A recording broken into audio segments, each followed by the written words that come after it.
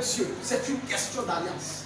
Marcher avec Dieu, c'est une question de pratique d'alliance. Il a dit en Somme 89, le verset 35, il dit, je ne violerai pas mon alliance et je ne changerai pas ce qui est sorti de ma bouche.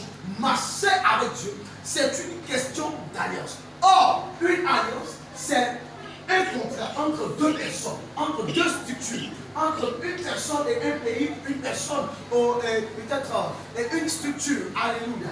Quand, par exemple, tu rentres dans un boulot et le patron t'embauche, il te dit, bon, voici le travail que tu dois faire. Mais quand tu auras fini de faire ce travail, voici le salaire que tu dois avoir.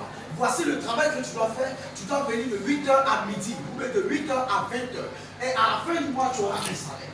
Lorsque le patron te le dit et que tu commences à venir chaque jour de 8h à 20h et tu fais ton boulot comme il se doit, si à la fin du mois tu ne perçois pas les salaires, tu vas commencer à graisser les dents, tu vas commencer à te plaindre. Pourquoi? Parce qu'il y a un contrat qui vous lie. Le contrat dit que toi tu travailles et lui il te paye. Toi tu travailles et lui il te paye. C'est comme ça avec le Seigneur. Le Seigneur nous demande de pratiquer certains principes.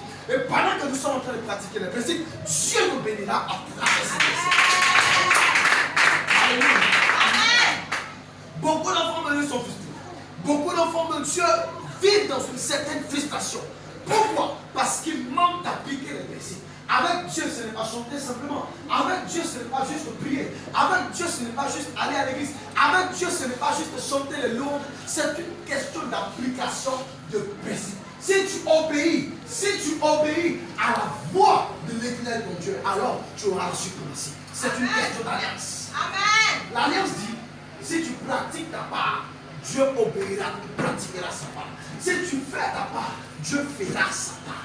L'alliance pour prospérer, il y en a deux. La première alliance pour prospérer, la première alliance pour être riche, la première alliance pour avancer avec Dieu, pour être béni par Dieu, la première alliance, c'est de travailler. Amen. Faisons l'homme à notre image et qu'il domine sur la terre, sur les animaux de la terre, sur les animaux du ciel, sur les animaux de la mer, qu'il domine. La Bible dit que l'homme a commencé à dominer les animaux. L'homme a commencé à régner comme un Dieu pour les animaux. Il a commencé à travailler dans la plantation de Dieu. Et Dieu a béni l'homme en lui disant, va, sois fécond, multiplie toute la terre. Amen. Quand tu travailles, quand tu te mets à pratiquer le travail, Dieu est obligé de te bénir. Oh yes. Dieu est obligé de te faire. Amen. Alléluia. Amen. Le premier principe, c'est le principe du travail. Beaucoup d'enfants de Dieu n'aiment pas travailler. Beaucoup d'enfants de Dieu n'aiment pas se réveiller. Beaucoup d'enfants de Dieu vont au travail juste pour aller s'amuser. Beaucoup d'enfants de Dieu vont au travail juste pour aller regarder la lune. Beaucoup d'enfants de Dieu vont au travail juste pour aller échanger par SMS ou par appel. Tu appelles. Testo et testo. Et tu t'attends à ce que Dieu te multiplie. Tu t'attends à ce que Dieu te fasse prospérer. La Bible déclare en Proverbe chapitre 20, le verset 12. La Bible dit, l'œil qui voit, l'oreille qui entend, c'est l'Éternel qui les a fait l'un et l'autre. Pendant que tu manipulais ton téléphone, pendant que tu prenais le temps d'appeler au lieu de travailler, au lieu d'enseigner, au lieu de vendre, au lieu de faire ce pourquoi tu as été appelé, pendant que tu le faisais, Dieu t'a vu. Dieu t'a regardé et Dieu a entendu.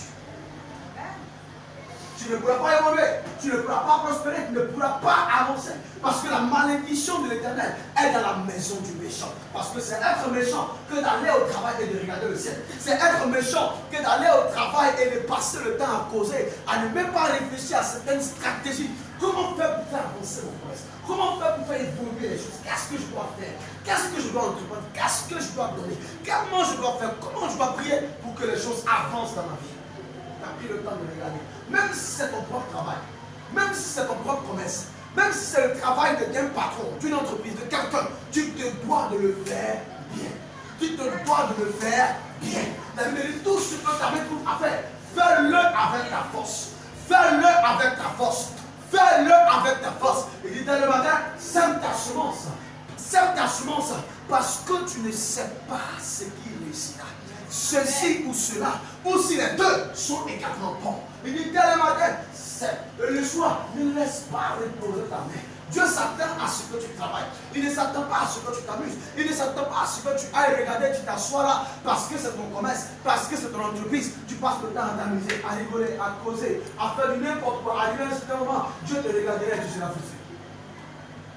Quand la frustration va commencer à venir, Seigneur, je tue ton enfant. Seigneur, je fais ceci. Seigneur, je fais cela. Mais tu n'as pas béni mon activité. Tu n'as pas béni mon commerce. Et le Seigneur rira de toi. La Bible dit que le Seigneur est assis au ciel et il se moque des méchants. Il rit des méchants. Alléluia. Travaille. Tu es allé au travail pour travailler. Tu n'es pas allé au travail pour manipuler le téléphone. Tu es allé au travail pour travailler. Tu n'es pas allé au travail pour te mettre à causer pendant que les clients arrivent. Tu es tellement inspiré dans les causeries inutiles, dans les jeux inutiles, qu'il y a des clients même qui arrivent, tu ne sais même pas que les clients arrivent. Quand on est au travail, c'est pour travailler. Ce n'est pas pour s'amuser. Alléluia. Amen. Je te donne la compréhension au nom de Jésus. Amen.